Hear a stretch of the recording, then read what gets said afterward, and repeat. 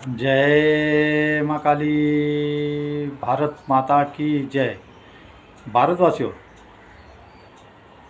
संसद के बजट सत्र का आज से दूसरा सेशन शुरू हुआ है और अब ये विपक्षी पार्टियां माननीय स्पीकर श्री ओम बिरला जी के खिलाफ अविश्वास प्रस्ताव लाना चाहती है। ये इनकी बेशर्मी दर्शाता है, जबकि इनके पास आंकड़े तो है ही नहीं। और ये एक परिवार, एक पार्टी नहीं, एक परिवार की हठधर्मिता का एक नमूना है। एक परिवार के लिए कैसे चरमबद्ध तरीके से पैर चाटने को तैयार हो जाता है उस परिवार के, जिसको कि दुनिया एक नमूना कहती है, जिसका नाम है राहुल गांधी। चलिए भारतवासियों, देखिए उसके बाद खड़गे साहब क्या कह रहे हैं। युद्ध पे हमें एक शॉर्ट चर्चा करनी चाहिए, छोटी सी चर्चा। और साथ में कह रहे हैं गैस के दाम 60 रुपये प्रति सिलेंडर बढ़ गए और हमें इसके लिए सोचना होगा। लेकिन हमें चर्चा करनी है। चर्चा से मैं बताता चलूं कि ऑपरेशन सिंदूर में भी इन्होंने कहा था कि हमें चर्चा चाहिए, चर्चा चाहिए। ये उसके बाद सरकार तैयार हो गई और 16 घंटे ऑपरेशन सिंदूर पे चर्चा हुई। लेकिन ये निर्लज नशेड़ी ये भाग गए संसद छोड़ के। तो ये चर्चा करना ही नहीं चाहते। चर्चा इनकी डिक्शनरी में ही नहीं है। भारतवासियों, ये युद्ध पे चर्चा की बात कर रहे हैं। युद्ध की चर्चा से हमारा क्या लेना देना, हमारा क्या नाता है। महंगाई बढ़ेगी, इसके ऊपर सारी दुनिया में, भारत पे भी असर होगा। वो तो भारत का बच्चा बच्चा ज्ञानवान है, उसको भी पता है ये, लेकिन हम इससे निमट लेंगे। लेकिन इसके साथ ही हमारे जयशंकर साहब क्या कह रहे हैं, वो बोल रहे हैं हमारे जो 1 करोड़ भारतवासी फंसे हुए हैं उनकी सुरक्षा हमारी पहली प्राथमिकताओं में से है।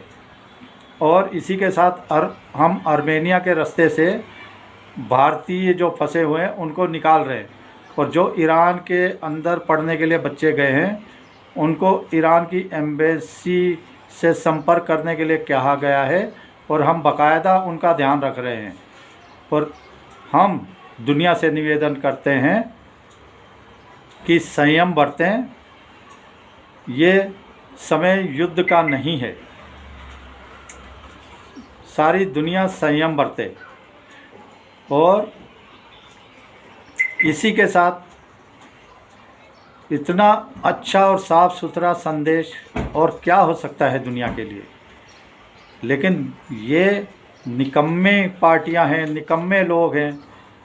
और देखिए राष्ट्रपति महोदया का ममता भानों ने कैसे अपमान किया था, जबकि आदिवासियों संथाल जनजाति का सम्मेलन था, अंतर्राष्ट्रीय 9वां सम्मेलन, उसके ऊपर इन्होंने कि वहाँ तक ना पहुँचे राष्ट्रपति महोदया, तो उसके ऊपर ही इन्होंने लास्ट टाइम पे चेंज कर दिया था प्रोग्राम। और प्रोटोकॉल की तो मर्यादा ही, सीमा ही तोड़ती रहती है जब भी विपक्षी पार्टियां। ममता भानों का तो इसमें अपरंपार रिकॉर्ड है।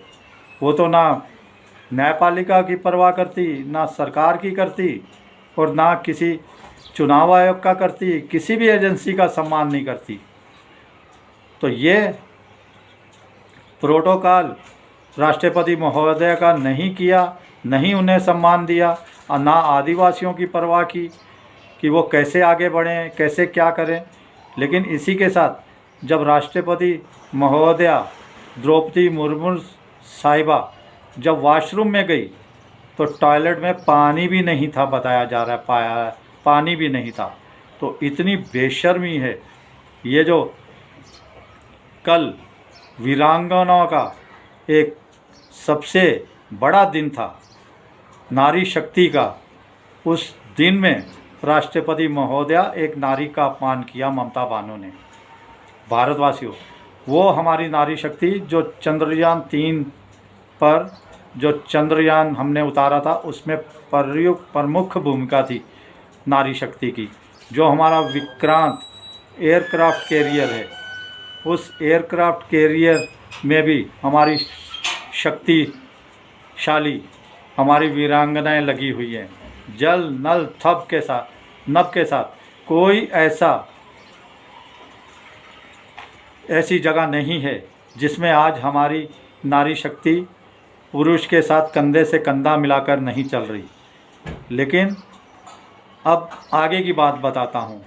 देखिए, यूरोपियों ने भारत से भी अब एक सबक सीखा है। यूरोपीय देशों ने भारत से भी एक सबक सीखा है। निष्क्रिय रहना कोई रणनीति का हिस्सा नहीं है। ऐसी साझेदारियाँ जो आपसी सम्मान और साझा हितों पर आधारित हो और बहुपक्षीय व्यवस्था को कमज़ोर नहीं बल्कि उन्हें मजबूत करे, ऐसे विचार जो भारत के हैं उनसे मैं पूरी तरह सहमत हूँ। केवल 2 बड़ी शक्तियों का भविष्य में प्रभुत्व होगा, मतलब उनकी मर्जी चलेगी, ऐसा मैं मानने के लिए बिल्कुल तैयार नहीं हूँ। और बाकी देशों को किसी एक पक्ष को चुनना होगा। ये भी भारत ने हमें सिखाया है कि किसी एक पक्ष में रहने की ज़रूरत नहीं। हर पक्ष के साथ हमें मान और सम्मान से बात करनी होगी और हर पक्ष की हमें बात सुननी होगी और हर पक्ष के साथ मिलकर हमें चलना होगा। ये भारत ने हमें सिखाया है। और ये कौन कह रहे हैं भारतवासियों? वो कह रहे हैं फिनलैंड के जो राष्ट्रपति आए हैं अलेक्जेंडर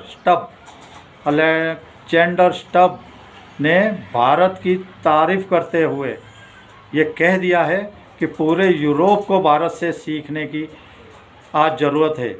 मेरा मानना है भारतवासियों, देखिए, जो विपक्षी पार्टियों के रूप में भारत की ये राक्षसी शक्तियां हैं, राक्षसी लोग हैं, इनसे हमें सावधान रहने की ज़रूरत है। देखिए, ईरान के जो प्रतिनिधि हैं डॉक्टर अब्दुल हकीम साहब, वो भारत में आए, कह रहे ईरान से हमारा 3000 वर्षों पुराना संबंध है, हमारी सांस्कृतिक पहचान है भारत के साथ जुड़ी हुई, और भारत का हमारा आज का नाता नहीं है। तो ये ईरान में भारत के प्रतिनिधि कह रहे हैं। और ये विपक्षी पार्टियां देश को जलील करने पे लगी हुई है। अब संसद आज से शुरू हुई है, इसमें हंगामा, दंगल, निर्लज्जता और अपनी जो मूर्खता है उसका सबूत दे रहे हैं हम सब भारतवासियों को। भारतवासियों, इसलिए मैं आपसे कहता हूँ, सावधान रहिए। ये शक्तियाँ भारत को तोड़ने, ख़त्म करने के लिए लगी हुई हैं दिन रात। हमारी प्राचीन संस्कृति, हमारी धरोहर, हमारे देवी देवताओं, हमारे ऋषि मुनियों और हमारे हिंदू सनातनों भाइयों और हमारे देश को टुकड़े टुकड़े में बांटना चाहती हैं। सावधान रहिए। अब 5 राज्यों के चुनाव है, आप अपने ज्ञान से वोट दीजिए जो देश के लिए कुछ कर सके। सोचिए, अपनी एकजुटता भी बढ़ाइए। ये आज के तारीख में बहुत ज़रूरी हो गया।